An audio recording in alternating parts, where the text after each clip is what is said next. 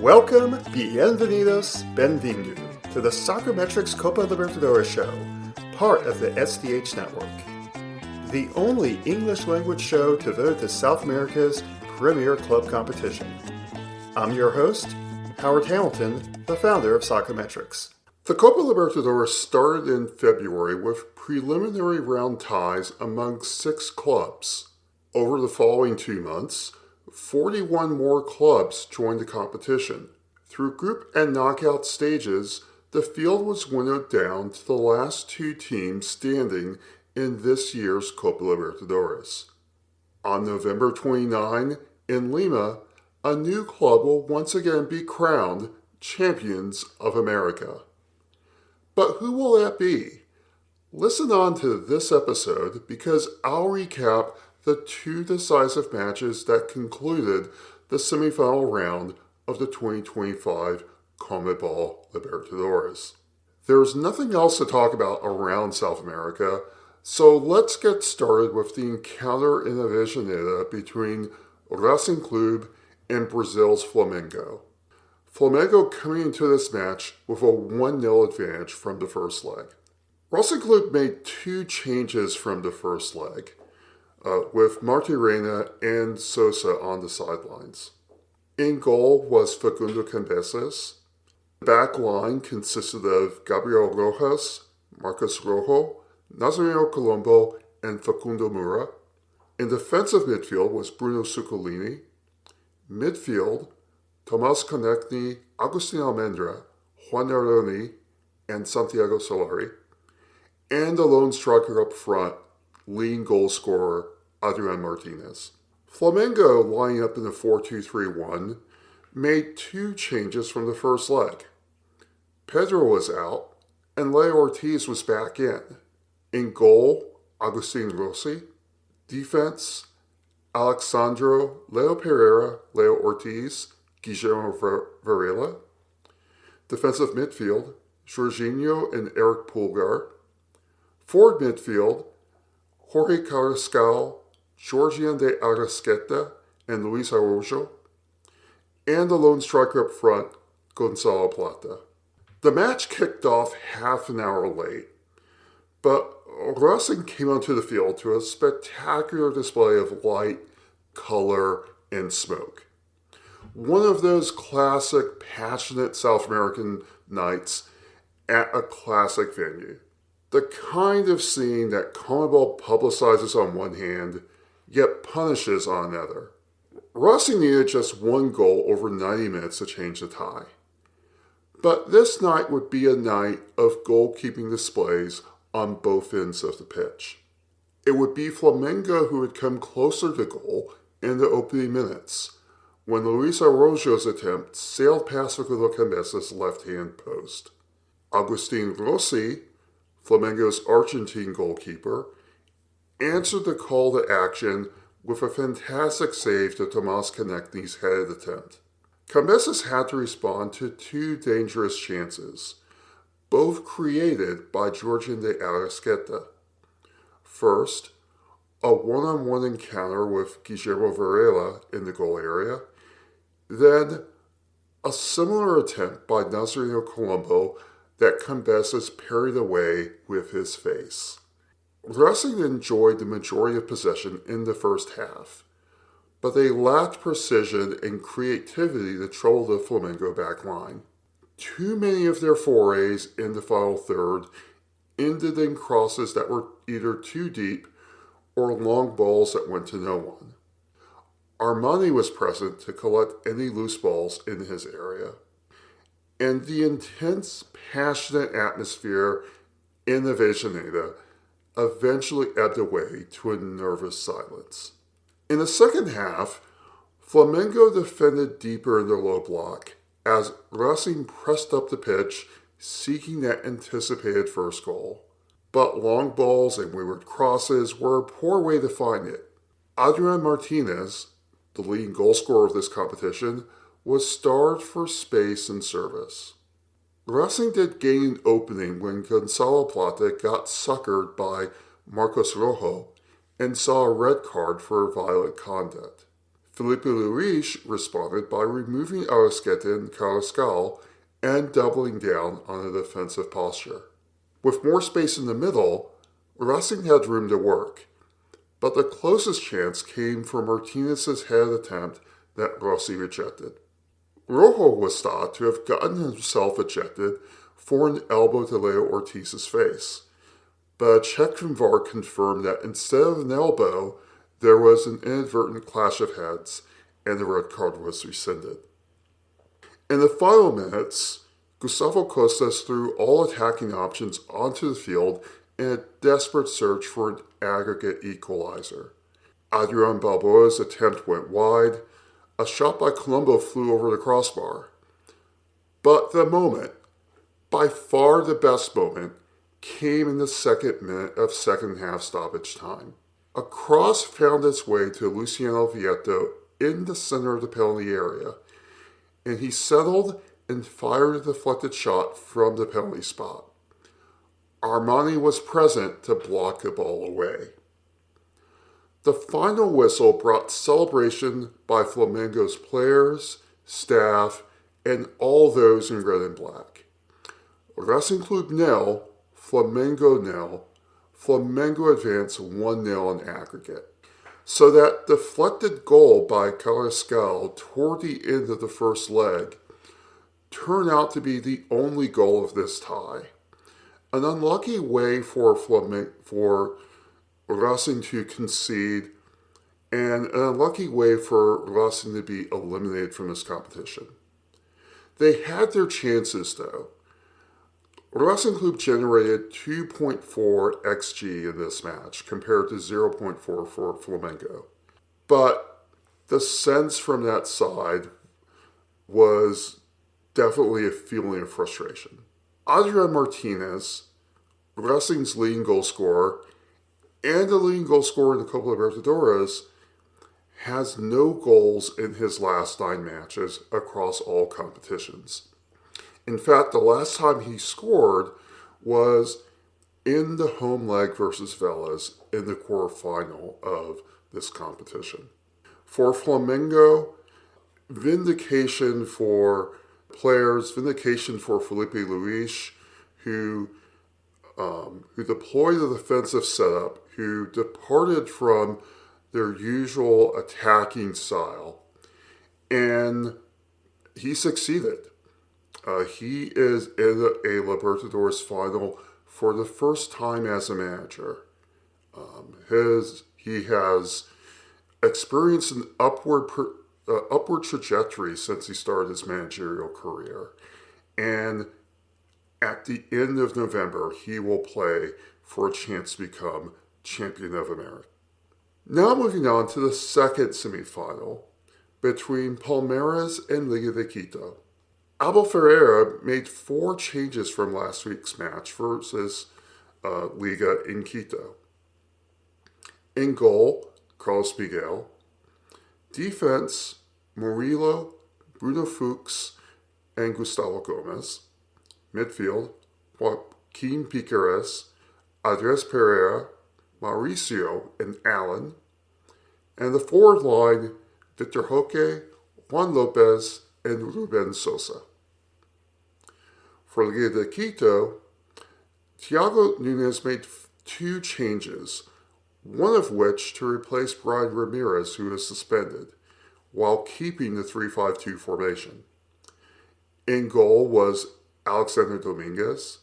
Defense, Leonel Quinones, Richard Ade, Richard Mina. Midfield, Josué Cuero, Gabriel Villamil, Fernando Cornejo, Carlos Grueso, Jose Quintero. And the forward line, Jason Medina and Lisandro Sugaray.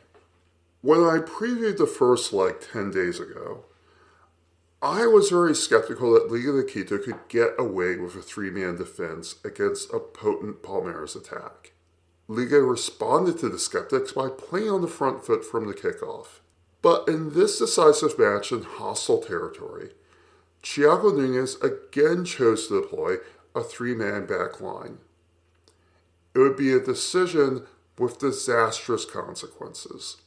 Palmeiras went on the attack in this match, and they stayed on the front foot for the entire 90 minutes. And it took 20 minutes for the Greens to open the scoring. Allen's cross on the right-hand side found the head of Ramon Sosa, and his glancing header went past Dominguez to give Palmeiras the 1-0 lead. That would be the continuance of a theme for Palmeiras in this match. They were absolutely dominant in the air against Liga de Quito's defense.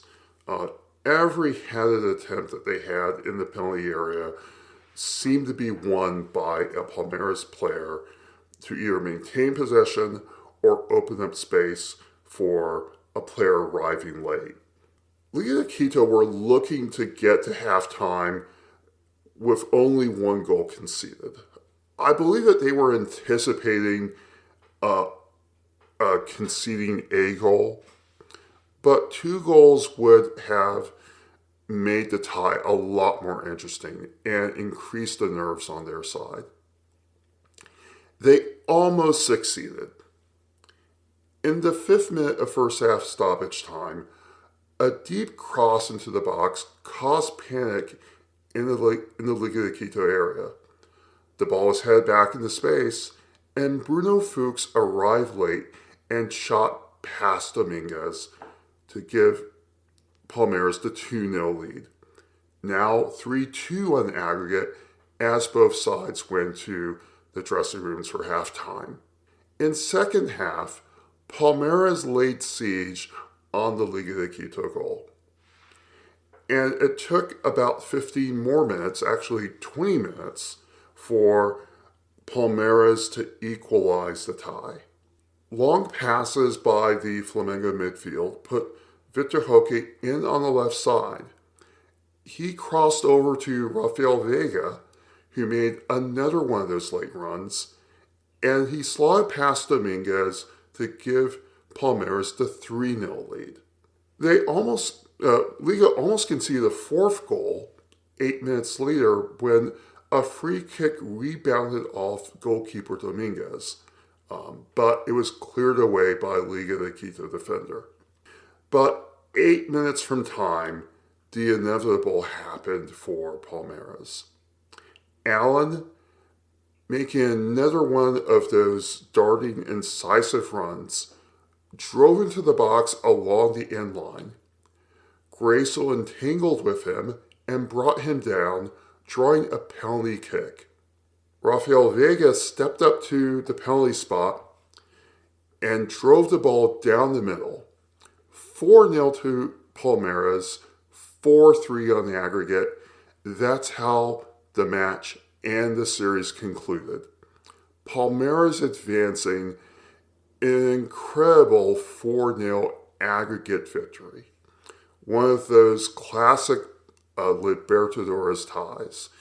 And the first time that a side came back from 3-0 down in a Libertadores semifinal. The XG scoreline told the story. Palmeiras generated 5.57 XG to 0.49 by Liga de Quito. Jose Lopez generated 1.3 XG, Rafael Veiga 1.3, Victor Roque 0.9. Victor Roque had a creative influence on this match as well. But most importantly, the goals. 2 by Veiga, 1 by Fuchs, 1 by Sosa. This was a testament to not only Palmeiras' talent, but also to Palmeiras' fighting spirit. And the reaction from the players and the managers was emblematic of this match. One of the players wanted to say that the emotions that he felt in this match were emotions that he had never felt on a football pitch before. This is what Libertadores football delivers. These classic moments, these moments when players and the managers want to get to the summit of South American football. They want to have that chance to call themselves champions of America. You really have to feel for Liga de Quito. They had a historic opportunity to return to a South American final, to a Libertadores final for the first time in 17 years. And to be frank, they blew it. I was very doubtful about three-man defense. I was very surprised to see Nunes put out a three-man defense again. And the end result is that they got overwhelmed by a Palmeiras side that is extremely potent, probably the most potent of a club side in South America. So Palmeiras 4, Liga Quito 0, Palmeiras advance to the Copa Libertadores final. That concludes the review of the second leg of the Libertadores semifinal. And now we have the final confirmed. Palmeiras versus Flamengo in Lima on the 29th of November. This is an encounter between the two best teams in Brazil, and quite frankly, the two best teams in South America. It was a long path to get here. I think if you looked at the results from the first leg in the semifinal, you probably would have doubted that this would have been the final encounter. Yet we have it. Palmeiras in their 7th final versus Flamengo in their 5th Libertadores final. And this is the second matchup in the Libertadores final between these two clubs in this decade. It's a matchup between the best team, probably the most talented team, definitely the most highly valued team in South America, if you believe the figures from Transfer Market, and the hottest team in South America at this moment. Definitely the hottest team in Brazil at this moment. One of these two teams will win the Brazilian Championship. One of these two teams will become champions of America. It's a matchup between the Greens. It's a matchup between the Greens versus the Red and Black. And who will get that elusive tetra? Who will join River Plate and Estudiantes as 4-time winners of Copa Libertadores? There are so many themes, so many storylines to dissect as we enter the 4 weeks between now and the final in Lima on November 29. So you can find XG maps, flowcharts, and passing network maps for every Libertadores match on Soccermetrics' XV. Match day is supplied by Data Factory Latin America. Got a comment or question about this podcast or about the Libertadores? Send them to my X handle at Soccermetrics. You can also send questions or comments to Soccer Down Here or to Jason Longshoe. I'm going to take a break for the November international window, and I'll be back in about 10 days to report news surrounding the Libertadores, share a historical vignette or two, and start the preview of the final. This has been the Soccermetrics Copa Libertadores show, proudly part of the SDH network. See you later. Hasta luego, and até mais.